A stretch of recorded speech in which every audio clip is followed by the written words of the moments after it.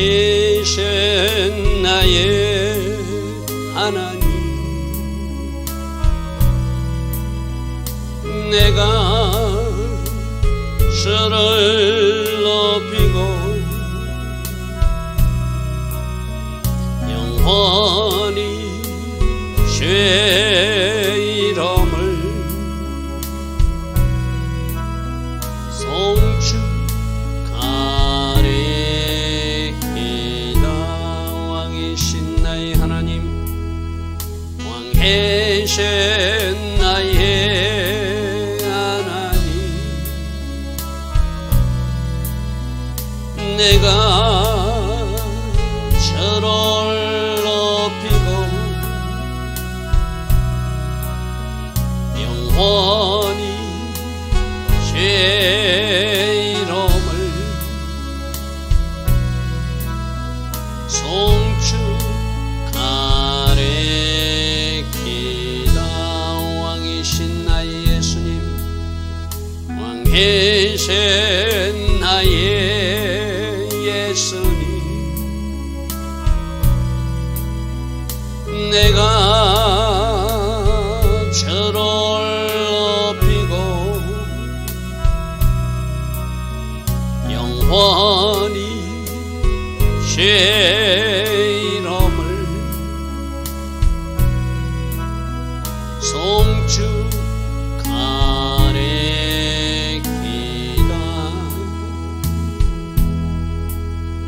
왕이신 나의 예수님, 내가 주를 높이고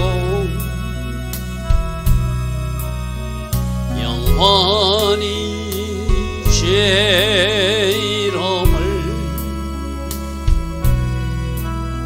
송축하리이다. 왕이신 나의 성령님, 왕이신 나의 성령님, 내가 주를 높이고 영원히 주의 이름을 송축하리이다.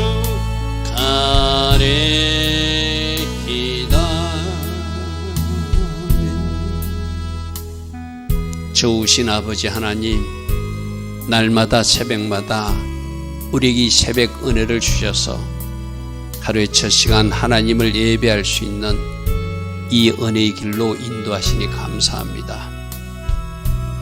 늘 새벽에 이 정렬된 마음이, 늘 새벽에 하나님 앞에 무릎 꿇는 이 마음이 오늘 하루 삶에도 계속 이어지기를 원합니다. 그래서 어찌하면 하나님께 영광을 돌릴 것인가, 어찌하면 하나님을 기쁘시게 해드릴 것인가 생각하고 그대로 살아낼 수 있는 우리 모두 되게 하옵소서.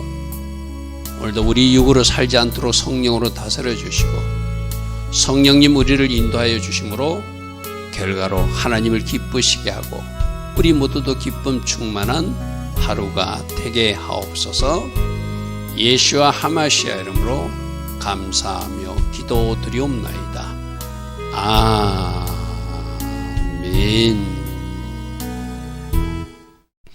새벽에 일어나 하나님을 예배하고 또 기도하는 여러분들을 축복합니다. 오늘은 다니엘서 4장 19절부터 보겠습니다. 느부갓네살 왕이 꿈을 꾸었어요. 그죠? 큰 나무 꿈을 꿨는데 그것이 한 거룩한 순찰자가 나타나서 베라고 명령하니까 거기서 새들도 떠나가는 이상한 꿈을 꾸었어요. 그런데 어느 누구도 해석하지 못하는 것을 이제 다니엘로 해석하는 이야기가 오늘 말씀으로 연결됩니다. 자, 이 배경을 우리 알기 위해서 어제도 말씀드렸다시피 하나님은 느부갓네살 왕에게 하나님의 마음을 전달하고 경고하기 위해서 첫 번째 신상이 부서지는 것을 다니엘서 2장에서 보여주었어요. 그죠? 그래서 너 그렇게 살면 안 된다는 경고라고 그랬어요. 그죠?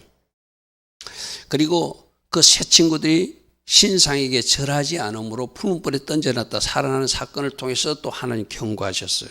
그죠? 너희들 그 우상 숭배하고 그러면 안 돼. 나 하나님을 아는 자로 살아야 돼. 그리고 네가 왜 지금 이렇게 막강한 권세를 가졌는지도, 누가 이 권세를 주는지도 바르게 알아야 돼. 하지만 이는 또 엉뚱한 길로 가요. 그죠? 그러니까 이제 한 나무가, 큰 나무가 있는데 그 나무가 꺾여지고 또 들짐승처럼 막 이슬을 맞고 정신병에 걸리는 이상한 어떤 그런 그림을 보게 되거든요. 이제 그것을 해석해. 그러니까 하나님은 꿈으로도 1차적으로 말씀해 주고, 다니엘 새 친구를 통해서 또 경고해 주셨고, 또 꿈으로도 이 꿈을 꾸고 너 그러면 안 된다고 경고하는 꿈을 주었는데도 느부갓네살 왕은 이 꿈의 해석을 다니엘로부터 해석받고도 회개하지 않습니다. 그게 오늘 우리가 주목해야 될 부분이거든요. 하나님이 사람 통해서 뭔가 말해주고 깨닫게 해주고 하면은 그걸 빨리 적용해서 내 삶에 적용해야 되는데, 회개치 않고 1년을 시간을 끌다가 결국 이 꿈 내용대로 정신병에 걸리고 마는 그런 이야기가 오늘 연결됩니다. 자, 19절부터 보겠습니다. 벨드사살이라 이름한 다니엘.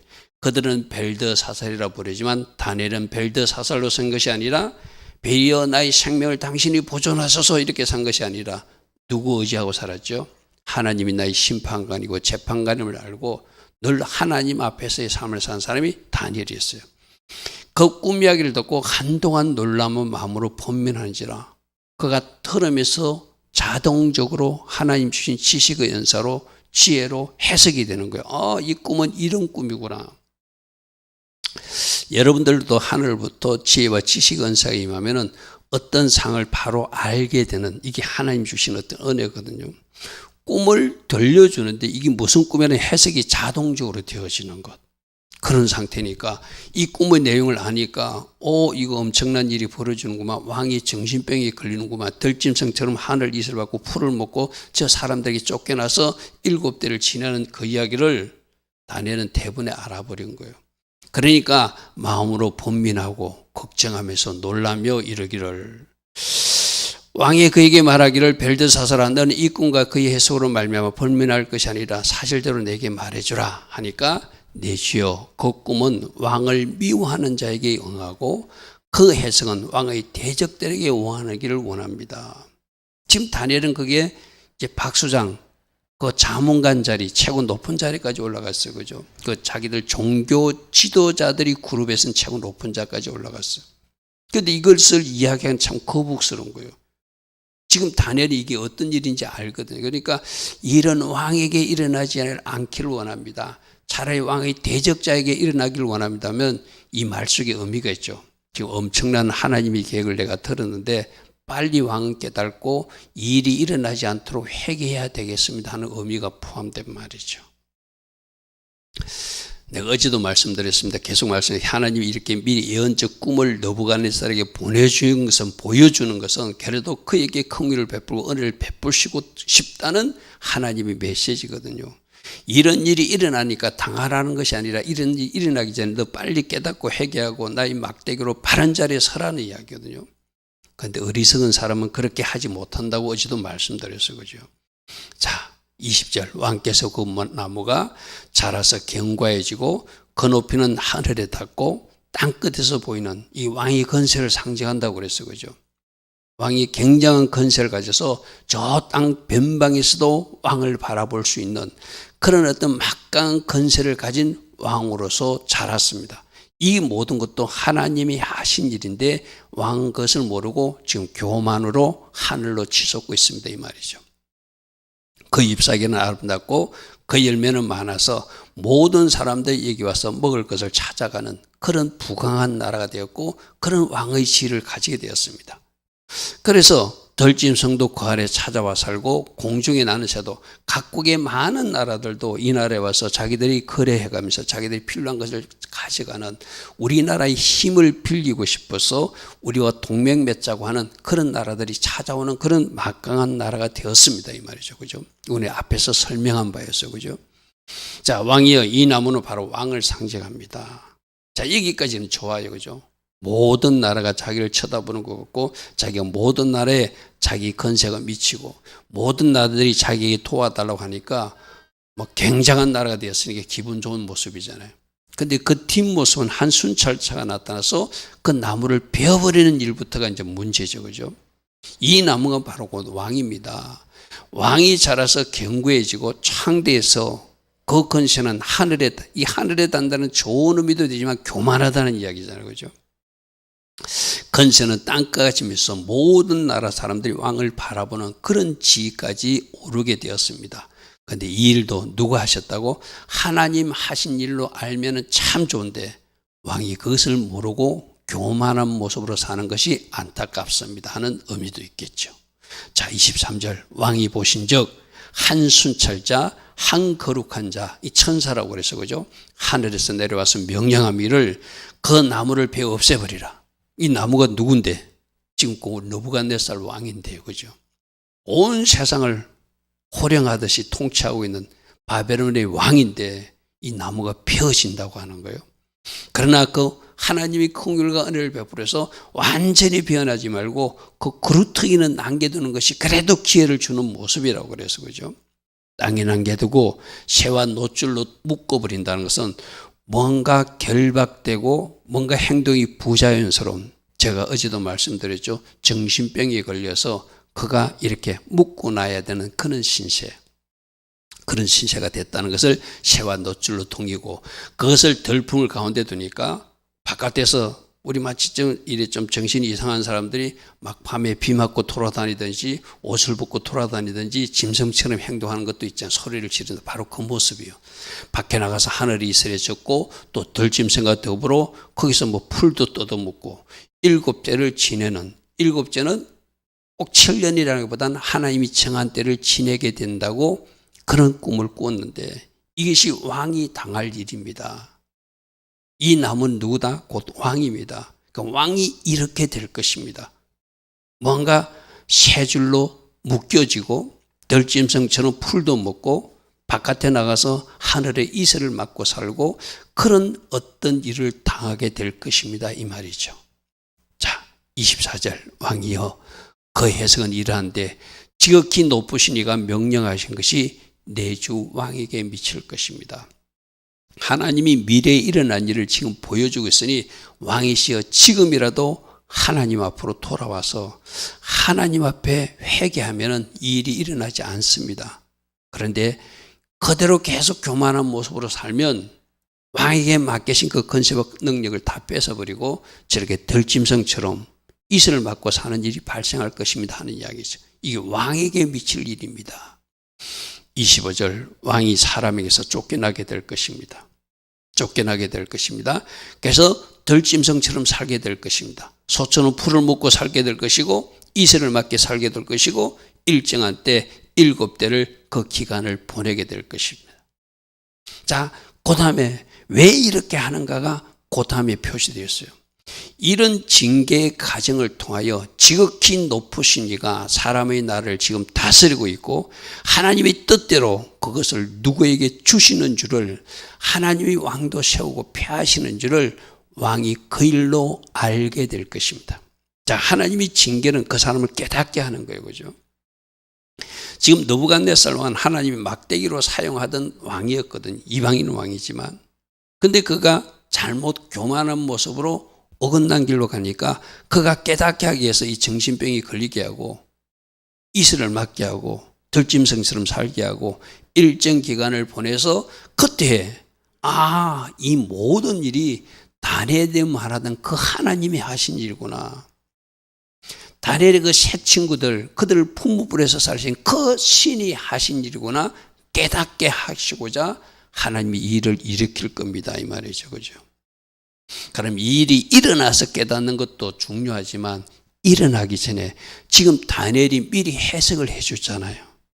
그럼 뭐예요? 지금이라도 하나님이 이 건세를 나에게 주었고 이 모든 통치권과 능력과 이 모든 힘을 나에게 하나님이 주셨으면 나도 다니엘처럼 하나님을 믿어야 되겠구나, 하나님을 경외해야 되겠구나 하면은 이런 일이 안 일어나죠. 그죠? 근데 어리석은 사람들은 말씀 단계에서 말해도 깨닫지 못하고 사건과 일이 일어나도 깨닫지 못하고 다니엘의 하나님을 보여줘도 깨닫지 못하고 풀무불의 새 친구의 모습을 보여줘도 깨닫지 못해요. 계속 짐승처럼 어리석은 길로 그 길로 가는 것이 참 안타까운 모습이다 하죠. 이런 모습들이 제가 계속 말하지만 교회 안에 있는 우리에게는 없는가? 우리에게도 이 느부갓네살 같은 모습이 있을 수 있음을 지금 경고하고 있는 거예요. 하나님이 말씀해 주시고 또 말씀해 주시고 또 말씀해 주시는데도 깨닫지 못해요. 계속 우기고 가요. 어제 우리 학생들 공부를 화요일로 바꾸었는데 학생들이 그 중에 하나가 이런 질문, 하나님이 용서하지 않는 죄는 무엇입니까? 궁금했나 봐요. 우리가 회개 이야기를 하니까. 그래서 요한일서에 사망에 이르는 죄가 있다. 사망에 이르는 죄는 하나님을 배도하는 것, 예수님을 부인하는 죄, 성령을 해막하는 죄, 또 하나의 죄가 있는데 짐짓죄라는 것이 있다. 경고하고 말씀해 주도 고집스럽게 제 길로 가는 히브리서 10장 26절을 봐라 하면서 제가 이제 설명해 준 적이 있어요. 어리석은 사람들은 뭔가 하나님 은혜를 체험하고도 하나님이 주신 말씀을 깨닫고도 계속 어그러지로 가가지고 결국 하나님 울타리를 벗어나는 사람들, 그 사람들은 사망에 이르는 죄라 그들을 이에서 구하라 나는 말하지 않겠다 이런 말씀이 있거든요. 이 느부갓네살 같은 모습이 우리 모습일 수 있다는 경고예요. 하나님 말씀하시고 하나님 말씀하시는데 성령께서 하신 일을 함부로 모독하거나 해박하는 일, 또 하나님 말씀하시도 계속 제 길로 가는 사람들, 어느 순간 그 끈이 끊어지는 순간이 있다고 경고하시는 것이죠. 그죠? 지금 이 사람도 여러 번 이야기해줘도 깨닫지 못해요. 지금 이렇게 다니엘이 친절하게 하나님께서 다니엘을 붙여가지고 해석까지 해주는데도 1년이라는 시간을 주어도 1년 동안 회개하지 못하고 그대로 정신병까지 당하고 사람들에게 쫓겨나서 이 예언대로 꿈에 보여준 대로 실제로 그런 일을 당하고 돌아오는 사람이 이 사람이에요. 참 어리석은 것이죠. 이 어리석은 모습이 누구의 모습이다? 우리의 모습일 수 있다고 하나님은 지금 경고하신다. 자, 그들이 그 나무 뿌리와 그 그루터기를 남겨두라 하셨습니다. 여기 이제 하나님의 은혜라고 그랬어요. 긍휼이라고 그랬어요. 그죠? 하나님이 다스리는 줄 왕이 깨달은 후에 이것이 목적이라는 거예요. 그때 가서 왕이 깨달을 것입니다. 그 일을 당하고 나서 깨달을 것입니다. 그러나 더 지혜로운 것은 내가 지금 해석해 줄 때 깨달으면 얼마나 좋습니까? 이 말이죠. 그죠? 그때 왕이 깨달은 후에 다시 왕의 나라가 세워지게 될 것입니다. 경고하게 될 것입니다 하는 해석입니다. 이 말이죠. 27절 그런즉 왕이여 내가 아뢰는 것을, 내가 지금 하는 것을 아뢰고, 지금 이제 다니엘이 말하잖아요. 내가 말하는 것이 무엇인지 의미를 알고 받으시고 공의롭게 나라를 통치하셔서 당신의 죄가 용서받아야 되겠습니다. 지금까지 불공정했던 거, 불의했던 거 회개해야 된다 이 말이죠. 그리고 가난한 자들 긍휼히 여기고 압제하지 말고 그들에게 뺏지 말고 탈취하지 말고 그들에게 선을 행함으로써 당신의 죄를 용서받아야 될 것 같습니다. 지금 하나님은 이 다니엘이라고 하는 하나님의 사람을 느부갓네살에 탁 붙여갖고 어떻게 해야 되는 방법까지 다 설명해 주잖아요. 그죠? 이제부터라도 공의를 행하십시오. 이제부터라도 가난한 자들 압제하지 말고 그들에게 긍휼을 베푸시고 그들을 선대하십시오. 그러면 제가 용서받을 것입니다. 그래 하시면 왕의 평안함이 장구하리라 하였습니다. 할렐루야 하면, 이렇게 하면 하나님이 징계하지 않을 것 같습니다. 이 다니엘은 하나님이 살아니까 하나님이 어떻게 일하는 원리를 알잖아요. 잘못할 수 있습니다. 그러나 회개하면 하나님이 그 사람도 긍휼을 베푸신 하나님이잖아요. 그죠? 이런 처방전을 내려줘도 그건 회개치 않습니다. 그것이 이제 문제죠. 28절 이 모든 일이 다 나 느부갓네살 왕에게 임했다. 지금 이제 느부갓네살 왕이 임한 것을 자기 고백적으로 하는데 다니엘이 보니까 그대로 임했다는 거예요. 언제? 29절로 12달이 지난 후에. 12달이 지나도록 그럼 하나님이 1년 동안 기회를 주었던 거예요. 그죠? 다니엘이 해석하고 이제 공의를 행하십시오. 가난한 자들에게 긍휼을 베푸시고 그래서 죄를 용서받는 왕의 나라가 계속 장구하게 이어질 것입니다. 구체적 처방전까지 주었어요. 그런데 그대로 하지 않아요. 1년이 지난 후에 그 모든 일이 이루어지는 이것이 느부갓네살의 모습이요. 그가 바벨론 왕궁 지붕을 그릴 때 나왕이 말해야 돼. 이 큰 바벨론은 내가 내 능력과 건세로 건설하였다. 이제 교만했다는 아까 하늘을 치솟은 나무의 모습이 이제 드러나는 거예요. 그죠? 다니엘이 말해줬으면 겸손해야 되잖아요. 그죠? 이 바벨론 성도 내가 한 것이 아니라 바벨론 성도 다니엘이 말하는 그 하나님의 은혜로 내가 여기까지 되었다라고만 인정하면 이 사람이 그런 일을 안 당하거든요. 이 성 내가 건설했어. 내 능력으로 했어. 그리고 내 이름의 영광을 나타낸 것이 아니냐. 막 자기 교만에 처져가지고 그 자기 바벨론 성을 바라보면서 막 좋아했다는 게 쉽게 말해서 이게 내가 이런 일을 하다니 하면서 좋아했다는 거예요. 자 보십시오.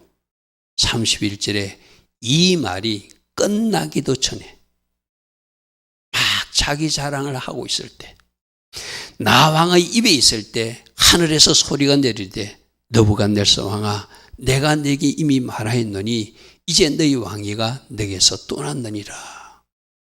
내가 1년 전에 꿈꾼 이야기를 다니엘로 해석해 주지 않았느냐. 그러지 말라고 1년 동안 내가 기다려 주었는데 너는 계속 그 교만 하늘로 치솟은 그 높은 나무의 모습을 버리지 못하는구나.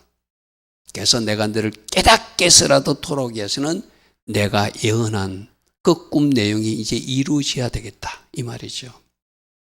하나님이 1년 동안 기회를 주셔요. 우리 모두도 마찬가지입니다. 하나님이 어느 날 갑자기 사건을 일으키고 갑자기 징계하시지 않습니다. 말씀하시고 또 말씀하시고 기회를 주시고 또 기회를 주시고 회개할 기회를 주었는데 너희 음행을 회개하고자 아니하는도다. 우리 두아디라 교회 지난주 들었던 말씀이잖아요. 그죠? 분명히 하나님이 회개할 기회를 주셨어요. 어느 날 갑자기 심판이 임하지 않거든요. 근데 네가 회개치 않으니 우리 두아디라 교회 내가 너를 침상에 던진다 했잖아. 바로 이 느부갓네살과 똑같아.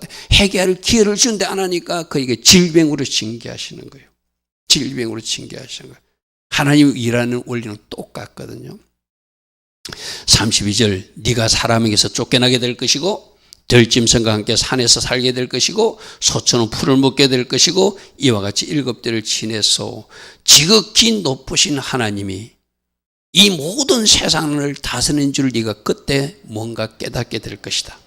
그리고 자기 뜻대로 하나님 뜻대로 그것을 누구에게 주든지를 네가 알기까지 아까 깨달을 때까지 그랬잖아요. 그죠? 네가 알기를 원해서 너에게 이런 정신병도 걸리게 하고 쇠줄에 묶이기도 하고 들짐승의 이슬을 막게. 여러분 생각해보세요. 천하의 왕이 그런 일을 당한다는 것은 상상하기 힘들잖아요. 그죠? 알기까지 제가 가로로 표시했어요. 그죠? 알기까지 이르리라. 이 깨닫게 하기 위해서 하나님은 7대의 시간을 정하고 너로 깨닫게 하기를 원한다 이 말이죠. 34절 바로 그때 일이 나 느부갓네살에게 그대로 임함으로 내가 사람에게서 쫓겨나게 되었고 소처는 풀을 먹게 되었고 몸이 하늘 이슬에 젖게 되었고 머리털이 하늘에서 독수리 처럼 뻣뻣하게 자라나게 되었고 손톱은 세발돌처럼 길게 자란 그런 짐승 같은 모습, 정상적인 사람의 모습이 아닌 상태로 왕이 살게 되었다 이 말이죠. 34절 그 기한이 참에 이제 어느 7대라고 하는 하나님이 그 징계 기간이 끝나니까 나 느부갓네살이 드디어 하늘을 우러보았다는 것은 하나님 하신 일이 맞구나. 참 이때라도 정신이 돌아와서 다행이죠. 그죠? 이때라도 정신이 돌아와서 다행이죠. 하늘을 우러러 본다는 것. 지금까지는 하늘을 쳐다보지 않았어요. 내가 잘했다고 생각했어요. 그죠? 이제부터라도 그가 그 징계 기간을 통하여 하늘을 우러러 보아하는 우리 그런 말이 있잖아요. 아파서 침대에 누운 사람들 내가 하늘을 우르르 보지 않으니까 하나님이 강제로라도 나를 하늘 쳐다보라고 침대에 눕혔다 이런 이야기 있죠. 그죠? 바로 그 질병의 징계가 그런 의미라. 하늘을 쳐다보지 않으니까 침대에 누워서는 하늘을 쳐다봐야 되잖아요. 그죠? 바로 그 말이에요. 하늘을 우르르 보았더니 내 총명이 다시 내게로 돌아오고 내가 지극히 높으신 이에게 감사하며 영생하신 하나님을 찬양하며 경배하게 되었다. 이제 제정신 돌아온 거예요. 제정신 돌아온 거예요. 그 권세는 영원한 권세요. 그나는 대대에 이르는. 우리가 앞에서 살펴보았던 4장 2절과 3절의 그 찬양이 바로 여기하고 연결돼요. 앞부분에 갑자기 찬양이 나오니까 이게 무슨 일인가 하는데 바로 이런 일 때문에 찬양이 이어지는, 내가 끝부분에 그 찬양의 모습을 보는 게 좋다고 그랬죠. 그죠? 자, 35절. 땅의 모든 사람들을 없애는 것 같이 여기시고, 사람은 있지만 사람의 뜻대로 하나님이 통치하시는 것이 아니라 하나님이 뜻대로 계획대로 이루신다는 것을, 사람을 없는 것, 사람들 무시한다는 것이 아니라 어떤 사람들이 일을 주장해도 그들이 계획이 이루어지는 것이 아니라 하나님의 계획이 이루어진다는 것을 말하는 것을, 모든 사람을 없는 것 같이 여기시는 하나님, 하늘의 군대든지 다른 상하든지 그는 자기 뜻대로 행하시는 하나님, 그의 손을 금하든지 혹시 이러기를 내가 무엇을 하냐고 하나님 앞에 하나님 왜 이랬습니까? 할 자가 없자는 거예요. 하나님이 하신 일이니까. 그죠? 하나님이 하나님 계획과 뜻 가운데 깨닫게 하기 위해서 징계도 처하기도 하시고, 또 깨닫게 하기 위해서 어려운 일도 겪게 하시지만 이 모든 것이 하나님이 주권하에 일어난 일들이라는 것이죠. 자, 36절. 그때 내가 깨닫고 하늘을 쳐다보았더니 내 청명이 내게 돌아왔고 내 나라의 영광에 대해서도 내 영광 강명이 다시 돌아왔고, 이제 하나님을 바라보면 다시 회복된다는 메시지거든요. 우리도 마찬가지거든요. 우리가 회개하고 하나님을 찾으면 잃었던 것을 다시 찾게 하신 하나님, 다시 누리게 하신 하나님, 이것이 하나님이 일하시는 원리라고 오늘 새벽에 말씀하고 있어요. 그죠? 나의 모사들과 간원들도 내게 사람들에게 쫓겨났던 사람이 있어요. 정신병 걸렸다고. 그죠? 근데 이제 자기들 부하들이 자기를 찾아오게 만드신 하나님, 내가 내 나라에서 다시 세움을 받게 하시고 지극한 이세가 다시 더하게 하시고, 이 모든 것을 총명을 돌아오게 하신 분도 하나님이고 영광의 자리에 앉게 하신 분도 하나님이시고, 사람들이 내게 다시 돌아오게 하신 분도 하나님이시고, 다시 왕으로 세움받게 하고 나라가 세워지게 하고 그 위세를 다시 얻게 하신 분도 하나님이시라는 것을 이제 우리 모두도 알고 깨닫기를 원하신다는 것이죠. 모든 것은 누가 하셔야 된다? 하나님이 하셔야 된다. 그러므로 지금 나 느부갓네살 왕은 하늘의 왕을 찬양하며 칭송하며 경배하노니 그 일이 다 진실하시고 그의 행하심은 다 의로우시며 교만하게 행하는 나를 그가 낮추신 것을 내가 체험하고 너희들에게 알리니 너희들도 나처럼 교만하지 말고 이제라도 하늘의 하나님을 찬양하고 경배하며 그분을 의지하지 맞다고 너희에게 알리는 것을 내가 즐겨하노라. 어제 4장 2절에 그렇게 말했죠. 그래서 내가 이 조서를 쓴다는 것이죠. 오늘 이 왕이 어떤 일을 당했고 어떻게 회복되고 하나님은 어떻게 다루시는지를 우리가 잘 묵상해 보시기 바랍니다. 하나님은 그 사람을 바르게 제자리에 정렬시키기 위해서라도 그들이 잘못된 길로 가면 징계를 내리시고 채찍도 내리시는 하나님이다. 그때라도 하늘을 우러러보고 깨닫고 돌아오면 하나님이 다시 회복시키는 하나님이시다. 그런데 그보다 더 좋은 일은 그런 일을 당하기 전에 예언적으로 뭔가 보여주고 말씀으로 말씀하실 때 회개하면 그 사람이 지혜로운 사람이란 것이죠. 불행하게도 느부갓네살 왕은 그 일을 듣고도 1년 동안 회개치 않다가 실제로 이 일을 당하고 그때서 돌아오는 사람이었어요. 그죠? 좋으신 아버지 하나님, 우리는 늘 성경 인물을 통해서 우리에게 주신 교훈이 있음을 오늘도 배웁니다. 우리 모습이 혹이라도 이 느부갓네살 같은 모습이 있다면 적시로 말씀 단계에서 회개할 수 있는 그 은혜를 우리 모두에게 허락해 주시고, 오직 성령의 인도를 받아 나는 죽고 예수로 살아 하나님 기뻐하신 그 길을 계속 걸어갈 수 있는 우리 모두 되게 하옵소서.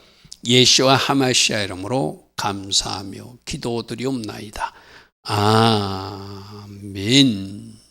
지금은 우리 주 예수 그리스도의 크신 은혜와 하나님 아버지의 영원하시며 끝없는 사랑과 성령 하나님 우리 안에서 역사하시고 내주하셔서 우리를 바른 길 가게 하시고 성령으로 기름 부어주시는 그 은혜가 오늘도 새벽에 일어나 성경적 인물을 통해서 교훈을 주신 주의 음성을 새게 됐고 바른 길 가기로 결단하는 주의 자녀들 머리머리에 이 땅에 깨어있는 모든 성도님들 위에 지금부터 영원토록 영원히 함께하여 주시기를 간절히 축원하옵나이다.